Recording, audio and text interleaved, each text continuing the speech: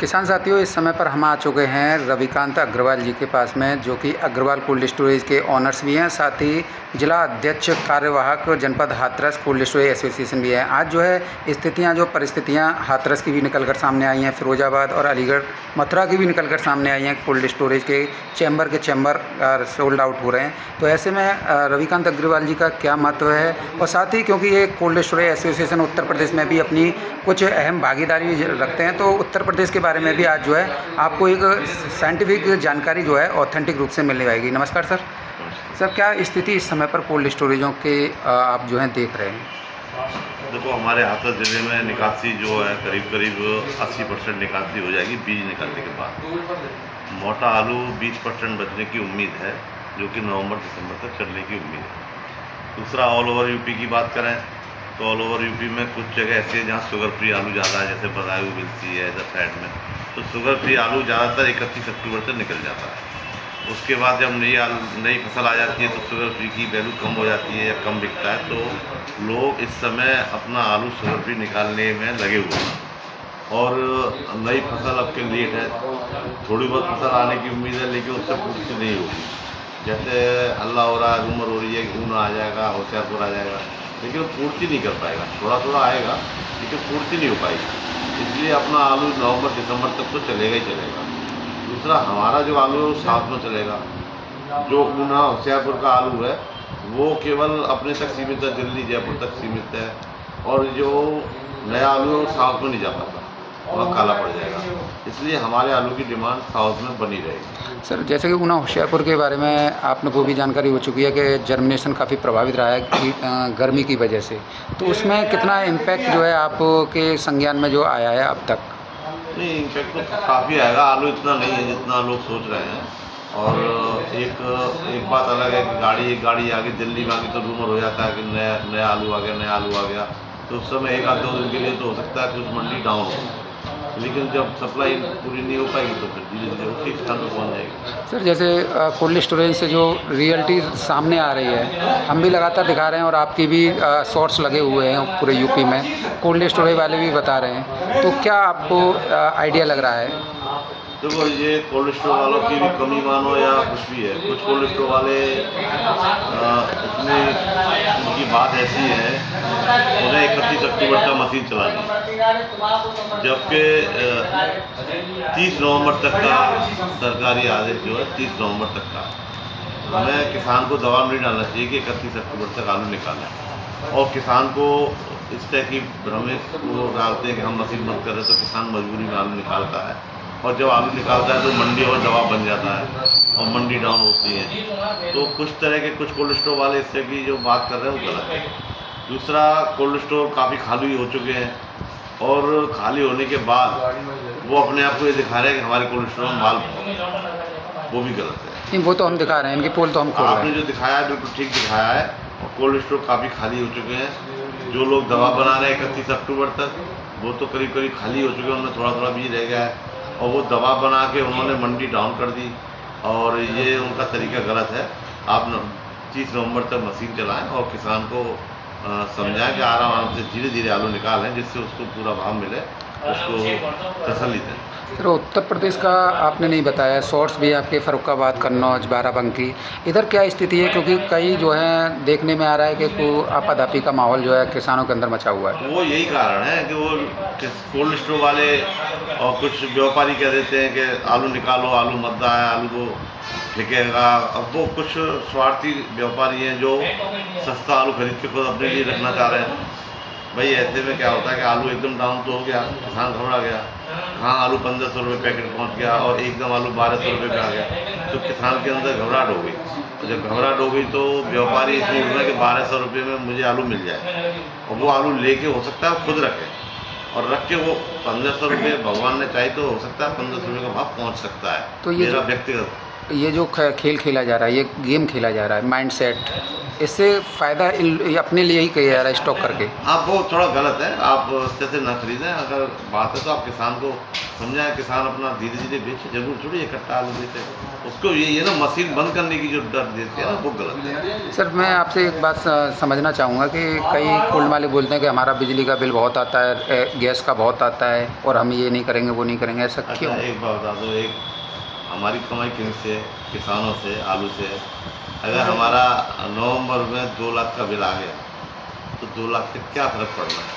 दिसंबर का 2 लाख का बिल आ गया तो क्या फ़र्क पड़ना है? तो ये तो हम इन्हीं से कमाना है, हमें तो मुर्गी करना चाहिए, इनसे ले नहीं लेना आजकल में अपना नहीं छोड़े। लेकिन इनका भी इनका फ़ायदा देखो, इनसे जब इनका फ़ायदा होगा तो हमारा फ़ायदा होगा। किसान का कोई फ़ायदा नहीं दिख रहा ना, केवल मैंने इधर कोल्ड स्टोरेज में देखा, मैंने खंदौली में भी देखा, टूंडला में भी देखा, मतलब पूरी तरीके से लोग जो हैं बौरा रहे हैं। मतलब दिखा क्यों रहे हो इस चीज़ को?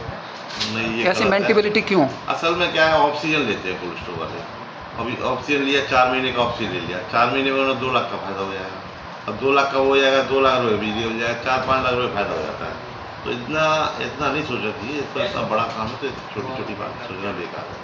वही मैं सोच रहा था। चलिए चेयरमैन साहब, तो मतलब किसान क्या मान सकते हैं कि आलू में कुछ न कुछ बड़ा धमाका हो सकता है जिस तरीके से नहीं, ये सामने आ रहा है स्थितियाँ? मुझे तो उम्मीद है जिस हिसाब से निकासी हो गई है और जिस हिसाब से अब रेट बढ़ भी रहे हैं, आप देख रहे हो आज जयपुर भी बढ़ा है, हर जगह मंडी बढ़ रही है। ये जो एकदम अगर पेड़ों पे ना हो, जैसे जयपुर में आप देख रहे हो डेली 2 महीने से लगातार 80 से 100 गाड़ी पर डे, दिल्ली में 80 से 100 गाड़ी पर डे पहुंच रही है।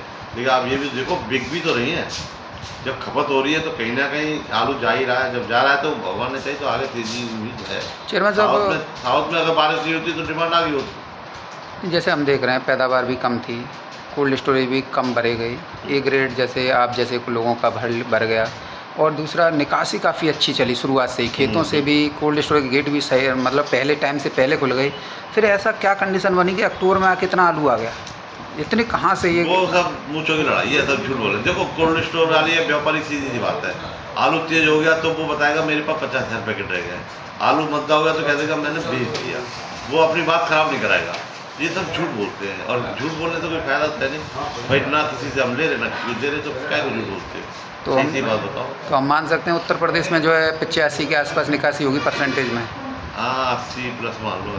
मैं बीच की निकासी हो जाए अभी जो दिन है ना, इसे मिला के नवंबर में 15 से 20%। तो चेयरमैन साहब, अभी देखो उत्तर प्रदेश में हम देख रहे हैं कि नई फसल कोई भी नहीं है दिसंबर तक, फिलहाल नहीं है, मतलब दिसंबर से पहले नहीं है, और जो भी कोई दिसंबर से थोड़ा पहले तो आ जाएगी, लेकिन प्रेशर नहीं दे पाएगा, प्रेशर नहीं कर पाएगा। ऊना होशियारपुर भी कोई प्रेशर नहीं डेवलप कर पाएगी। तो फिर ऐसे में तो धमाका, अगर मैं आपकी बात को भी मैं तब बड़ा चढ़ा के बता दूं कि 20% आलू बचा है, तो 20% भी मैं भी 10% पूरी नहीं हो पाएगी। इसमें भी जो 37-57 में ऐसे आलू की डिमांड ज़्यादा रहेगी, हाइब्रिड की डिमांड थोड़ी सी कम रहेगी, या थोड़ा कम बिकेगा, मतलब बिकेगा और बिकेगा। उसमें 20% में बढ़िया आलू भी लगा लें तो वो केवल 8-10% ही होगा, हाफ होगा। हाँ बढ़िया आलू तो हाइब्रिड बहुत है। तो मंडियों में भी आज से तेज़ी देखने को मिल रही है, काफ़ी अच्छा सकारात्मक रुख भी देखने को मिल रहा है। तेजी शुरुआत होगी तो हो गई। तो किसानों के लिए आप क्या सजेशन करना चाहेंगे? क्या किसानों से यही कहेंगे धीरे धीरे अपना आलू निकालें, एकदम रोकते भी नहीं। और जो कोल्ड स्टोर वाले ये कह रहे हैं कि आप मशीन बंद कर देंगे, अगर उन्हें कोई इस बात की कोई कहता है तो DHO ऑफिस में जाकर वहाँ हॉर्टिकल्चर डिपार्टमेंट में मैडम है, उनसे शिकायत करें, इस तरह से दबाव डाल लें तो वो निकालने की माने। ठीक सर। तो ये थे हमारे साथ में जिला अध्यक्ष कोल्ड स्टोरेज एसोसिएशन के कार्यवाहक रविकांत अग्रवाल जी। किसान साथियों, ये शख्सियत आप जो है कैमरे के सामने देख रहे हैं, ये कोई मामूली शख्सियत नहीं है। ये एक ऐसी शख्सियत है जिनके बारे में जो कुछ भी कहा जाए वो काफ़ी कम पड़ जाए। किसानों के हित में जो बीड़ा इन्होंने शुरुआत से ही उठाया है वो बदस्तर जारी है। तो ऐसे में आज इनके बारे में आप लोगों को बताने की आवश्यकता नहीं है, ये खुद ही अपने श्री मुख से जो है आप लोगों को कुछ जो है टिप्स देंगे और जो ओपिनियन है उसे भी आप लोगों के साथ में साझा करेंगे। तो नमस्कार सर। नमस्ते सर, क्या स्थिति इस समय पर जो है कोल्ड स्टोरेजों में देखने को मिल रही है और क्या आपको का आइडिया इस समय पर कह रहा है? कोल्ड स्टोरेज की पोजीशन अच्छी है। इस समय बीज की निकासी हो रही है, क्योंकि हमारे यहाँ जो बुवाई का मौसम है, बुवाई का जो वक्त है वो करीबन 20 अक्टूबर से लेके और 5-7 नवंबर तक लास्ट 10 दिसंबर तक आलू बोया जाता है। तो इस समय जो है अपने जो बीज निकासी है वो अपने चरम पर चल रही है, लेकिन साथ साथ में मंडियों की गाड़ी भी लोड हो रही है। इस समय पर जो परिस्थितियाँ हैं, जो स्थितियाँ हैं, उसका अगर हम गहनता से अध्ययन करें, जिस तरीके से हम जो है कोल्ड स्टोरेज के अंदर जाकर दिखा रहे हैं, आप भी कोल्ड स्टोरेज के संचालक हैं, तो क्या स्थितियाँ आपके ओपिनियन से निकल कर सामने आ रही हैं? देखो, ये वर्ष जो है किसानों का वर्ष है। जिस दिन से आलू की शुरुआत हुई है खेती से, जो फरवरी में आलू जब फूटना स्टार्ट हुआ तभी से 600 रुपये के रेट लगभग थे, जो धीरे धीरे बढ़ते हुए मार्च में 800 रुपये तक आलू खेत से बिका, और स्टोर से आलू पहले दिन से बढ़िया आलू 1100 रुपये तक बिका। उसके बाद में जून में ये भाव 1500 रुपये तक गया। उसके बाद में थोड़ा करेक्शन आके फिर आज भी आलू बढ़िया आलू 1200 साढ़े 1200 रुपये तक बिक रहा है। पूरी साल आलू अच्छा बिका है, तो ये किसानों का साल है और किसानों को अच्छा पैसा मिला है, आज भी मिल रहा है। अगर हम कोल्ड स्टोरेजों की स्थिति के बारे में बात करें, जिस तरीके से हम जो है खंदौली हो, टूंडला हो, राया हो, सादाबाद हो, इगलास मुरसान हो, यहाँ पर जो हम देख रहे हैं तो वो कुछ अलग ही स्थिति बयां कर रहे हैं। तो क्या पोजीशन जो है आप मानकर चल रहे हैं बीज निकासी के बाद में? बीज निकासी के बाद में मेरा अपना अनुमान है कि 18 से 20% आलू शेष रह जाएगा। तो 18 से 20% अगर शेष रहता है तो इसमें बढ़िया क्वालिटी का माल कितने प्रतिशत होगा? देखो, आलू पूरा ही रह जाएगा। बढ़िया क्वालिटी तो हमेशा कम ही होती है। पूरे जब कोल्ड स्टोर भरे जाए तो भी बढ़िया क्वालिटी कम होती है, हल्की क्वालिटी के आलू ज़्यादा होते हैं। और हल्की में भी ये कुछ ज़्यादा हल्के होते हैं, उनके साथ समस्या आती है। कुछ मीडियम आलू होते हैं, वो बिक जाते हैं। हर तरह की मंडियाँ हैं। बढ़िया आलू बढ़िया मंडियों में चला जाता है बढ़िया रेट से, जो हल्का आलू है वो हल्की मंडियों में चला जाता है। बिकता सब है, ऐसा नहीं है कि हल्का आलू नहीं बिकता, बिक जाता है, वो अपने रेट से बिकता है। देखने में आ रहा है कि इस समय कुछ लोग जो हैं भय का, घबराहट का माहौल पैदा कर रहे हैं, जिनमें कुछ कोल्ड मालिक भी हैं, कुछ व्यापारी भी हैं। ऐसा क्यों और किस लिए किया जा रहा है? जबकि घबराहट न कोल्ड वालों को फैलानी चाहिए, न किसानों को, न किसी को नहीं, क्योंकि घबराहट का साल ही नहीं है। ये साल तो बिल्कुल अच्छा साल है। आलू मैंने पहले भी कहा था आपको, जो इंटरव्यू दिया था अप्रैल में, कि आलू बेचते रहेंगे तो यही सबसे अच्छा होता है। और किसान आलू बेचते रहें तो उसका परिणाम ये है कि आज तक भी रेट स्टैंड किए हुए आलू बेचते रहें, धीरे धीरे रोके ना। आलू में भाव गिरने की कोई गुंजाइश मुझे नहीं लगती। अभी फ़िलहाल की स्थिति में देखा जाए तो इधर जो है कोई फसल भी नहीं है, और बंगाल में भी डीप डिप्रेशन बना हुआ है, जो कि 1-2 दिन में इन्फॉर्म कर जाएगा। वेस्टर्न डिस्टर्बेंस भी है, तो इनको लेकर आपका क्या मत है? दूसरा, मध्य प्रदेश में भी भारी बारिश हुई है, तो वहाँ पर भी फसल जो है काफ़ी प्रभावित हुई है किसानों की। इधर उत्तर प्रदेश में भी जो है फसल नहीं है, तो कितना इम्पैक्ट जो है आलू के रेटों पर आपका अनुमान से हो सकता है?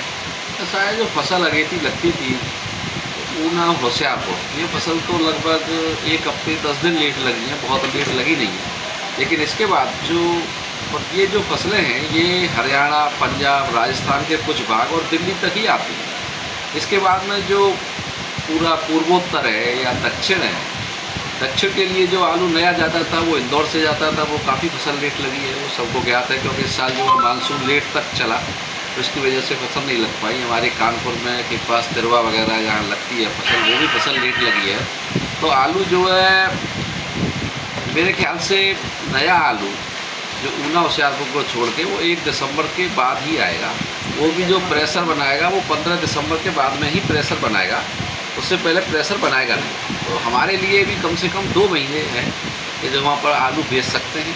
धीरे धीरे आलू बेचें, आलू में कोई मुझे नहीं लगता घबराहट की बात है। मतलब अगर हम माने तो आलू में जो है आपके अनुसार जो है कुछ धमाका बड़ा सा हो सकता है, संभावना आपकी बातों से हमें जाहिर हो रही है। देखो, ऐसा है, मैं पहले भी कह रहा हूँ, फिर कह रहा हूँ, भाव डाउन नहीं होंगे, आलू ठीक बिकेगा।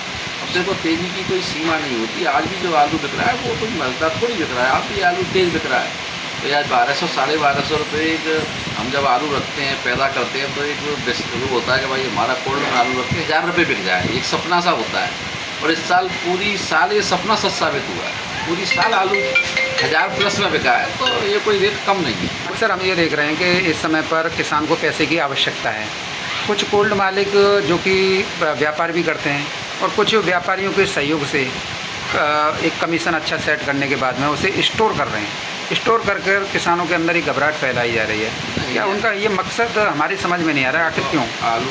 आलू जो कोल्ड स्टोरेज है उनका काम रेंट बेसिस काम है। उनको आलू अपने यहाँ भाड़ा मिलता है, उनको स्टोर नहीं करना चाहिए। अपना आलू है किसान का अलग बात है। भाई किसान का आलू व्यापारी बेचे या मंडी दे जाए, अब वो कर रहे हैं तो उनका अपना रिस्क है। यूट्यूबरों का भी सहारा लिया जा रहा है कि आप आलू खरीदवाइए, किसानों के अंदर घबराहट पैदा है। गलत बात कोई भी करे तो वो गलत है, चाहे वो यूट्यूबर हो, चाहे कोर्ट मालिक हो, चाहे किसान हो, चाहे आप हो, कोई भी हो, गलत तो गलत। सही तरीके से आलू बेचें, कोई दिक्कत नहीं। मुझे नहीं लगता कि कोई घबराहट है। आलू मतलब आलू में कुछ इज्जत से बिकेगा, बढ़ाई होने वाला है, इज्जत से बिकेगा।